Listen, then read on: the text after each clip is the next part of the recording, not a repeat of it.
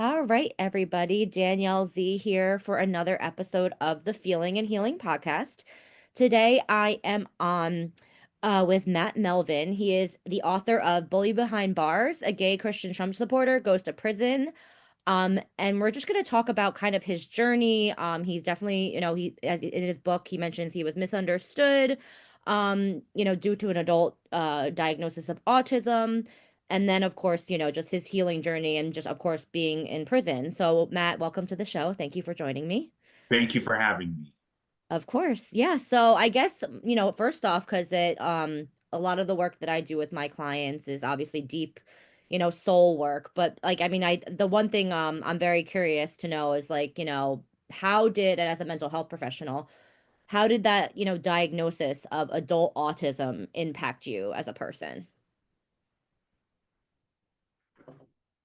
It explained a lot of the frustration and anxiety with meeting people and why I've had such a difficult time making friends. Okay. Got it. Got it. Yeah. So do you feel like that maybe were you like stigmatized by it or you actually it gave you relief? It gave me relief. I finally had a reasoning for why I was constantly having issues making friends. And now, today, it's a lot easier. And for me, I like to tell my friends upfront about it. That way, if there's an issue, then we can just part ways. Because the way I come to a relationship is very different than people who are Neurotypical. neurotypical come. Yeah, again, so let's just talk about that for a second because I think that's also a subject that I know we spoke about previously. Like, you know, neurotypicals are obviously like, what's the difference between a neurotypical and a neurodivergent? Obviously, autism being, or excuse me, being on the spectrum is neurodivergent, meaning that your brain doesn't function the way I guess a neurotypical would. So, in your experience, are you finding that neurotypical people are aware of neurodivergence or they're just totally No, absolutely not. I was part of a men's group, and it was a terrible group to be in hmm because they were all, and not to say, not because they were all neurotypical, but because they refused to do any sort of research about hmm neurodivergent. And I want to be in a group of men that are understanding and patient. And if a group of men aren't willing to meet me where I'm at, it's not a good fit. Yeah. So obviously, neurotypical for all of our listeners are like, they follow the typical patterns of societal interaction. They process information. Their cognitive abilities are, quote, and I hate this word, but normal. Like I always say, there's no, I mean, I don't know how you feel about that. I just feel like using the term normal is very, I don't know. I don't really like using the term normal, but or common, I guess is a better phrase for normal. But neurodivergent, you might experience challenges with social interactions. You have a unique processing ways of, processing your thoughts, and stuff like that. So I know you mentioned too, when you mentioned those men's groups, your kind of work that you've done, on those men's retreats. Could you like maybe expand upon that? Because I know there's a lot. You mentioned carpet work, that was really helpful for your healing journey. That the carpet work is absolutely the soul work, the essence Mhm. of why a man will want to do a weekend. And it is really intense. Mm-hmm. Men are going back to their childhood and they are going in very deep, and sometimes they're exposing things that they've never exposed with other men. Sometimes they never even talked about it. Mm-hmm. So it is really intense. And I find that the people that get the most out of it are the men that are the most vulnerable. That makes sense, a lot of sense, because similar to me, working with clients and in the therapy room, if you don't bring your authentic self and shed the layers of your protective self, you're not good. People aren't going to be able to connect with that. I like to call it your core self. exactly. you But know, and I always think that's how I've developed such strong friendships is by being vulnerable, yep. going and opening up myself. Yeah, absolutely. Yeah. And speaking of yourself, like just I guess could you just maybe like paint the picture? Because I know we talked about previously, your story and just kind of like, like what your experience was like, unfortunately, making a mistake and having to pay for it behind bar being in jail. And you said, I mean, you mentioned you were bullied in jail. Like what was that experience like for I've you? been bullied throughout most of my life. I was Mhm. bullied as a young Child. man, a child. I was bullied in high school. Then I did uh, 2 stints in prison and was bullied there too. And now I'm advocating for reform in the criminal justice system for men to do men's work. Bullies, the reason they bully other people is because they're miserable themselves. And they think that taking advantage of somebody else is going to make them a better person. If they love themselves, they wouldn't have this need to try to exert power over another individual. Wholeheartedly agree with that statement. And normally they say what your perception of me is a reflection of you, my reaction to you is awareness of me. Like a lot of the things that we carry and we project, unfortunately for you, in in the form of bullying, is normally something going on within the person themselves. It's not about, unfortunately, you. It's never about the individual. And Hmm. in men's work, we do what's called a clearing. And a Yes. clearing is when a man has an issue with another man. And really, it's a mirror. That man sees something in that man that he doesn't like.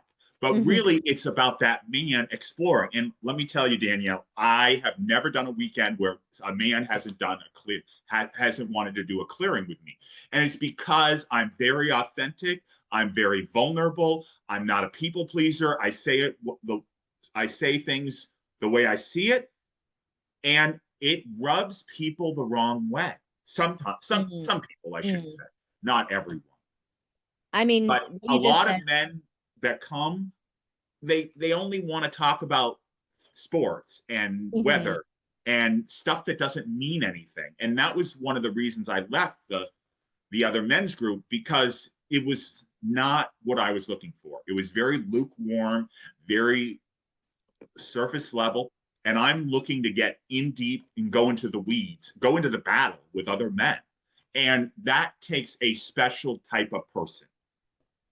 Absolutely. I wholeheartedly agree. It takes a person that isn't afraid, because I think what you mentioned too, like I always say, I'm sure because you seem, obviously you said you lead with authenticity and your whole self. You put yourself out there. There are a lot of people in this world that are essentially living a lie because their protective parts, or the parts that they just, or their, the mask they're putting on is what they're presenting to the world. They're not, they don't even know. I always say this all the time. They're probably, I would say, a majority of the population that haven't done whatever soul work, therapy, whatever works for you. I'm not going to tell you whatever works, but like it's your individual journey, but who haven't been on a healing journey, they won't probably might go their whole lives without knowing who they are. Because they're not willing to go deep, because there's some sort of trauma or some sort of pain that it's too hard for them to face it. And you seem like, I always say, like, you people like have you that have your presence, you're like a mirror to the people that don't want to look at themselves. Exactly. The people that have the biggest challenge are the people that don't want to look at themselves, see Mhm. other people as the problem, don't want to uh, work on themselves. And it's really hard. It takes a Yeah. special type of person to want to say, you know what, I don't like myself. Hmm. And that's why I take it out on others.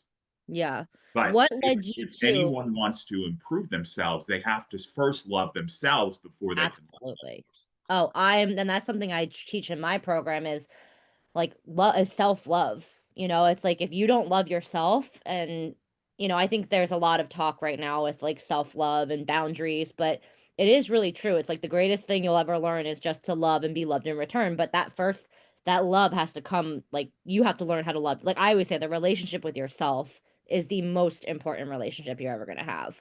And if you don't work on that relationship, then that sets the tone for all your other relationships. So if you're not willing to sit down and kind of like meet yourself, like be in the mud, as you said, be in the trenches, like I tell people all the time, it's not going to be pretty.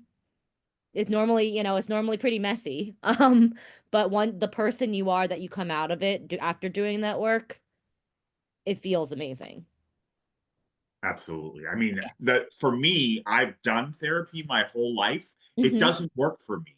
Yeah, But and that's okay. I encourage everyone, what works for me may not work for somebody Exactly. else. For me, men's work is really where it has been most beneficial for me because I'm meeting other men that have at least are at least willing to put themselves out there and say, I'm not perfect. I want to grow.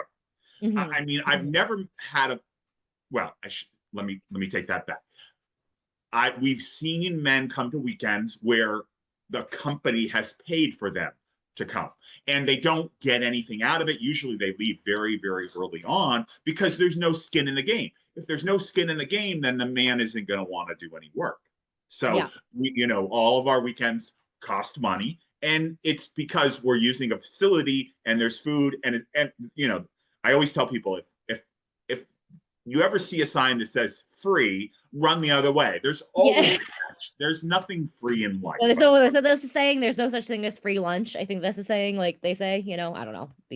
That's what I heard. I've heard. Right. And you will see the true sign of a man and who he is when you see how he treats somebody that can't do anything for Anything him. for them. I would agree that you see a true sign of a person, not only just men, women too. Or whatever your orientation or your gender, whatever you designate as your gender.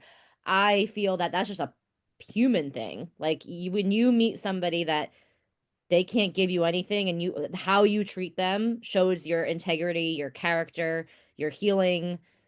And it's amazing how, I don't know how you feel about this, but we live in a very transactional world, of course, like consumer driven, but also I think it has trickled into our relationships, unfortunately. And I don't know, my experience, when you have healed and done your soul work or gone to therapy, whatever works for you, if you've looked inward and done that work, you don't you go out in the world being unconditional.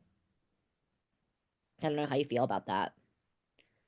I'm not sure what you mean by going out into the world and I mean more like I guess like offering unconditional love to people. yes, Yes. absolutely, Yeah. no Yeah. question. Okay. Yeah, that's I guess maybe what I meant. Maybe like offering your unconditional love, because I feel like too, because I'm as a marriage and family therapist in the making and learning about family systems, a lot of things come from our parents and the families and the system we're bred into, and our beliefs and our morals and our values, and especially when it comes to, as you said, like love, like even self-love, like how you're taught to love yourself comes from it's learned behavior. Well, we learn from the environment we're in. And Exactly. if we're not exposed to love, how can we love ourselves? So Exactly. that's what a lot of the men that come to the weekends, they don't have that love at home. So Hmm. they want to come and band together with a bunch of brothers. And there's women's weekends too. So I encourage women to go to a women's weekend and build themselves up with a bunch of women because Hmm. you cannot rely on your spouse to do this type of work. Oh, that's so you feel, from your perspective. I think that's very interesting so if you wouldn't go to your partner and expect them to do this work with you together. No, No, you're no. like, no. If I was in a relationship, which I'm Okay. not, I would want my partner to go and do it separately. Separately. And we've seen that where, we might have a staff man that is bringing a brother or a father or someone else close to him. And oftentimes that man will not be in the room when he's doing carpet because it creates this unbalanced relationship, and that man may not want to open up to his father or his brother In front or of some, yeah, in front of like a family member, somebody he yes, has a relationship with. correct. That makes sense. And actually, for the audience, could you explain kind of like what carpet work is? I know we spoke about it. It's kind of like inner child. That's how I It's understand inner child. It's some experience about trauma that a man wants to work on, and different men will play parts. it. And Okay. I love role playing. It's one of my favorite parts of a weekend to do. Yeah. And it really shows how a man processes things. And we try to give that man a new perspective coming out of it. Interesting. Interesting. That's really, yeah. I mean, from my perspective, I love that you use the term like parts and roles because there's a model of therapy that is used in family therapy. It's internal family systems where you look at yourself like a system. So you have your core self and then you have your parts. And I love working with a coach on the coaching side and my, therapy clients. I really it's called IFS. I love working with them with this model of therapy because it's so healing, and as you said, like you have these different parts of yourself and the different parts can talk to one another, and it really kind of, I guess, like kind of like breaks through the onion, kind of like peels back the layers a little bit because we're all human, we're all going to have emotions and reactions, but yeah.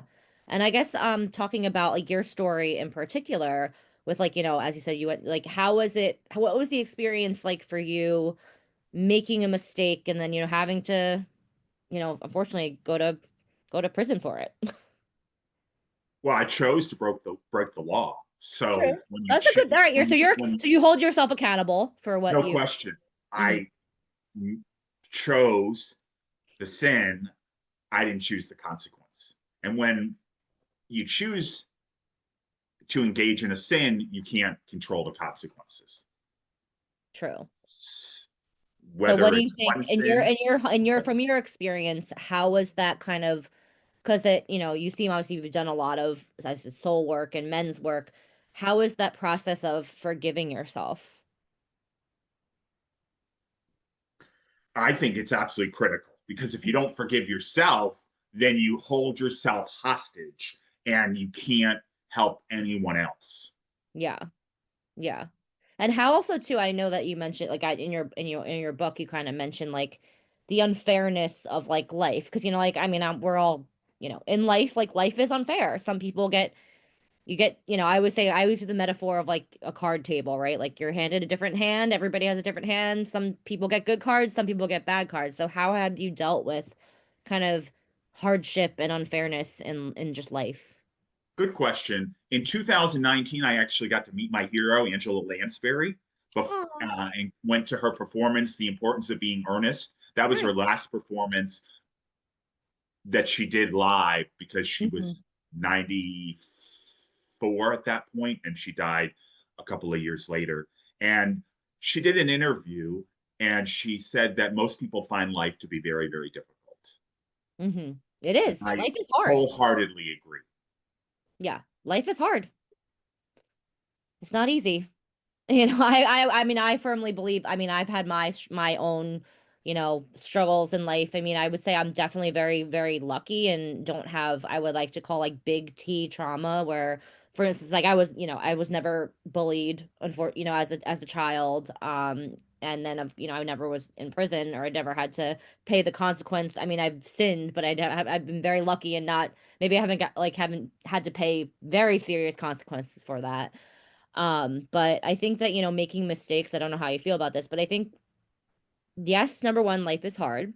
And number two, I think making mistakes is actually important in life because that's how you learn to pick yourself up, dust yourself off, and keep on moving forward. An individual learns more at their failures than they do at their successes. Absolutely. I would wholeheartedly agree with that. So fail, I mean, and that's, I think as an entrepreneur and as somebody, I fail more often than I succeed, but it's just because I keep going, I keep moving forward. I'm told no more often than I'm told yes, and you just have to keep keep moving forward. You know how many no's I've heard when I request for a podcast interview? I hear a Exactly. lot more no's than I hear yeses. Yeah, no, absolutely. And that's similar to me, you know what I mean? Like you when you um and also too I would love to talk about kind of like your experience of like sharing your story, with the world. I don't know, maybe how was that, like for you kind of like, I said you because when you put yourself out and share your story, you're essentially being very I mean, you have a book, you know what I mean? You're being very vulnerable with the like literally into the entire world. Well, when I put myself out there, I am going to get criticism, and I have gotten criticism. But what other people think of me is none of my business. You know your true friends, who your true friends are, based on how they support you or don't support you. Absolutely. That's one thing I actually say to everybody. If you want to know who your true friends are, I say, well, like, put yourself out there, like in the world, or start a business. Like those who are clapping for you and doing everything, like, and those are quiet, they're just sitting there watching. It's like, who's like, like just base it off of people's actions. Your dreams aren't big enough if people aren't doubting your success I love that. Your dreams aren't big enough if they're not doubting your success. I love that. I'm a or big laughing at them. Yeah. Oh no, I say that all the time. Like, and people are like, "Oh, you're crazy," and I'm like, "Good." I'm like, I want to, like that's the level of aspiration I have to like, and I'm like, and if, I was like, if your dreams aren't making you scared, then they're not big enough. My dream is to have my book on the New York Times bestsellers list. I love that. I love that. I mean, you're already, I mean, you're on Amazon. You know what I mean. Um, yeah. No, I mean, you're paving your way. Any other, I guess, like life goals for you or anything that you, and I know you mentioned you obviously, and on your healing journey too, do you feel like, I mean, because I was actually having a discussion with a friend about this the other day, because I know there's like, levels of, self-actualization, right? Like we have like self-awareness. And do you feel like you're like, and we have self-discovery, do you feel like you're at that like self-mastery stage yet? Absolutely never. Never. I love that answer. Because once a person says that they're at a mastery, they are no longer willing to be coached. Hmm. And I can always learn something from somebody. I remember I met a guy a couple of years ago at a men's group, and he actually had the audacity to tell me, "There's nothing I can learn from you." To Hmm. me, that was the end of our relationship because I can always learn from most people, not everyone, but most people. And the key for me is to be able to listen. Most people listen with the intention to respond. Absolutely. I would agree with you because especially in my field, because I will say, I mean, being on a podcast and, putting myself in the world, I do like to talk, but I also too, I listen very deeply. I think that's something as a mental health professional we're really trained to do. We're trained to look at things and, look at, we're just trained to sit back and let the other person unfold whatever they want to expressed to us, that we're not like we don't. I think there's a common misconception, and if this was your experience, I apologize, that with therapy it's like the therapist just asking you questions and you answering. It's like that's not therapy. Like of course there's like interventions and things that we do use, but it's about you, the client. It's not about the therapist. To me, if a person wants to engage in therapy, they need to be willing to get to know the therapist as well. It shouldn't be a one-way street where they're just getting questions. Hmm. And I found in my experience that that's the way it's been. And Yeah. I don't want to meet somebody that I don't feel comfortable with, that I don't know anything about them and they know all of this stuff about me. That's why I like the men's group, because nobody feels as if they're superior to another person. We're Yeah. all the same. When I'm on staff, I'm no better than a participant. I've been there and I'm still doing my work. And if I think that the work is ended, I might as well just get out because Yeah. the work Work is never. never done, right? Never work is never done, and I guess, and I know too. I mean, I think, as you said, like I can, you know, if you don't, I always say the only way out of it is through it. Absolutely. I don't know how you feel about that statement. Yeah, the only way out of it is through it. And I guess from your experience, like I guess maybe can you just explain maybe a little bit more of like what happens on these men groups and what are the activities? I know, like, I know we mentioned a lot of soul work, but I know, like, and the carpet work being the inner child work, but what are there things that really kind of made an impact on you at these workshops? I'm not going to tell you specifically Okay, you about don't have to what tell me the specifics. activities Yeah. are because that would blow things up. And I want a man to come in with an unblemished view of what's going to happen. Mm-hmm. But the soul work is critical. I mean, that's always the most important part. The key is we give each man a homework assignment. We give them a food item to bring.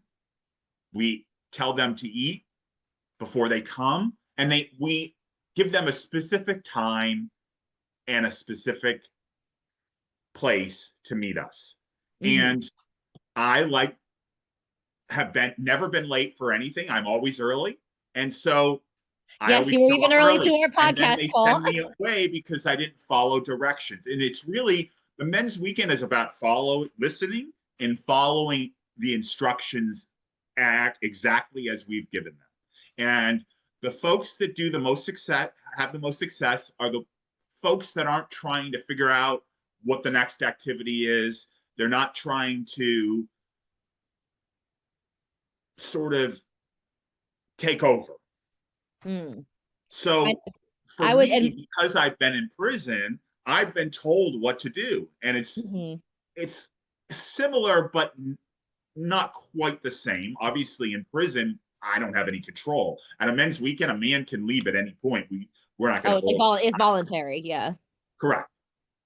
And the folks that have the most challenges are the folks that want to fight against everything that we do. Mhm. And eventually we have to just say, this isn't going to work because there has to be a submission piece to this weekend where the man is at least trusting us that we know what we're doing. And if a Mhm. man can't have some kind of understanding that we know what's best, then it's probably not going to be a good fit. And for people who are in control, they might own a business, they might control their marriage, Mhm. it's going to be a very, very difficult time for that man to come to a weekend because he's not going to have any control. You have to kind of, and for the word that came to mind when you were saying like no control and you have to like let go is like surrender. Completely Not in a surrendering. weak way, like surrendering, like, I know the concept is like, like, but like in like you just have to surrender to the powers that be and let them guide you through the experience. Listen, no man can be a staff man unless he's been a participant. So every man that's a staff man has been through the weekend. Same thing with women. Mm-hmm. So we all know what the participants are going through. We understand we've been there. Mm-hmm. And how many, I guess like before you became like a staff member, how many of these weekends did you go on out of curiosity? So I've participated in 3 different Hmm. weekends and I've staffed about 10. Oh, wow. That's great. Was there, and from a staff, I mean, of course you too, I'm sure you do get, I mean, of course the weekend is catered to the individuals and the participants, but I'm sure as a staff member, you also get a lot out of it as well. I get a lot. For me, I've gotten more out of staffing than I Really? have out of participating. Interesting. Why do you think that's so? Or like what makes you think like, I guess what is what's the difference between, I mean, I obviously know the difference in the experiences that you know, obviously you're one's staff, one's a participant, but um I guess how did it feel in the moment? What made it different or what So a feel staff man is like the guy who's on the stage oh, putting the okay. props up. Got it. So we are moving things, We are transitioning from one activity to another. We're getting lunch and dinner set up. So we see everything. The participants Amount. only see a certain amount. It's as if they're going to a show and they're in the audience. Got it. But the staff is more behind the scenes. Well, we're doing all the activities, but there's also twice or three times as many staff as there are participants. Oh, wow. Okay. Yeah, that makes sense. Yeah. No, but Matt, thank you so much. This was a really enlightening conversation. And I guess just for the audience, like how would you find out about these men's groups or, men's weekends? There are a lot of men's weekends available.